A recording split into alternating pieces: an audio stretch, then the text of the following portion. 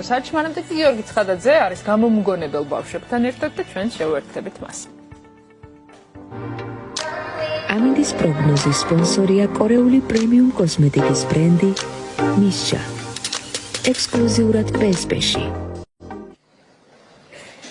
გიორგი, ეკამერა დილამშვიდობის ჩოკეტო.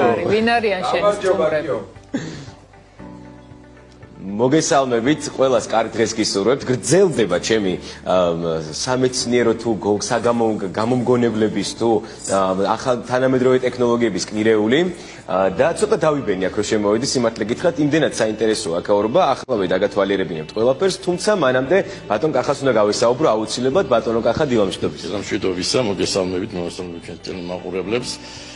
ჩვენ ვიყოფებით ხა საქართველოს უნივერსიტეტში მეცნიერებისა და ტექნოლოგიების სკოლაში და მინდა რომ ეს ლაბორატორია დაგათვალიერებინოთ, გაჩვენოთ ჩვენი სტუდენტები რას აკეთებენ აქ და ამის შესახებ ვისაუბროთ. ყველანაირ პირობას ვუქმნით სტუდენტებს და ახალგაზრდებს იმისთვის, რომ იმუშაონ და აქ იყოს სამუშაო გარემო. საერთოდ გასულ წელს შეიქმნა, ხო, ეს ლაბორატორია? დიახ, ეს ლაბორატორია შექმნა ჩვენ გასულ წელს. ეს არის ინჟინერიის და ელექტრონიკის ლაბორატორია, სადაც სტუდენტებს შეუძლიათ თავიანთი იდეები განახორციელონ.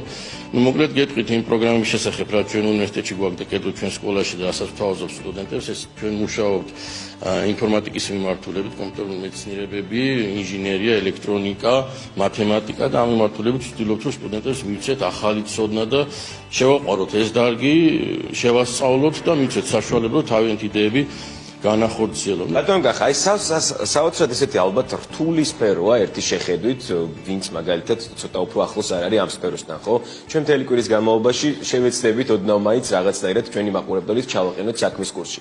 რა არის ის თავარი უნარი, ხო? რითაც შეიძლება ადამიანი თქვენს უნივერსიტეტში მოვიდეს და შემდეგ უკვე დაიწყოს რაღაცების ექსპერიმენტების კეთება. ჩვენ რობოტსაც ვნახავთ დღეს და ბევრ საინტერესო ახალ ტექნოლოგიასაც, ხო? როგორ შეიძლება საერთოდ გაგიჩნდეს უნარი რომ რაიმე შექმნა ახალი. რა უნარჩვევებს მოითხოვს? ეს ახლა მოგეხსენებათ, რომ ეს ინჟინერია, საინფორმაციო ტექნოლოგიები ძალიან აქტუალური და ისეთი თემაა და ჩვენ ყოველდღიურ ცხოვრებაში ხმარობთ ისეთ მოწყობილობებს, რომელიც გვეხმარება ბევრი პრობლემის გადაწყვეტაში და წარმოუდგენელია ჩვენი ცხოვრება მობილური ტელეფონის გარეშე უკვე რობოტები და ესეთი მოწყობილობები ხდება ჩვენი ცხოვრების ყოველდღიური ცხოვრების ელემენტი და სტუდენტი, რომელიც ამ სფეროში დაიწყებს მოღვაწეობას და შესწავლას, პრინციპში ვიტყვი, რომ პირველი დიდი ის არის, რომ შრომის მოყვარეობა და უნარი რომ აითვისოს ახალი ტექნოლოგიები, ახალი თემები, რა თქმა უნდა, ახლა მათემატიკა, ფიზიკა მნიშვნელოვანია, რომ რაც თავარი ალბათ თვითონ უნდა უნდოდეს ძალიან რაღაც ახლის შექმნა. თორე ჩვენ ახლა ხელს უწყობთ სტუდენტებს, რომ შევასწავლოთ ეს საფუძვლიანად ყველა მიმართულება.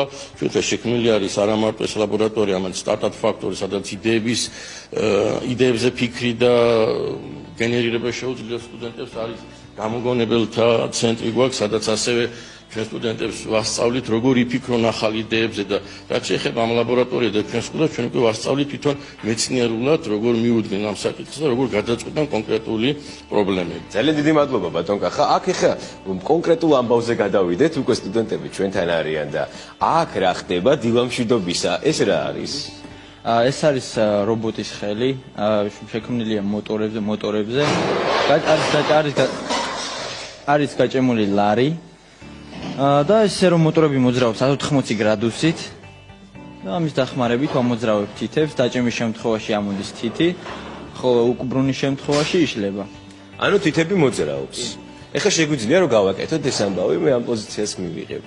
ეხლა მექანიკურად არ გვაქვს გამართული, რადგან მაჯის სენსორი არის ცოტა დაზიანებული. ეს მაჯის სენსორი არის შენაძენი.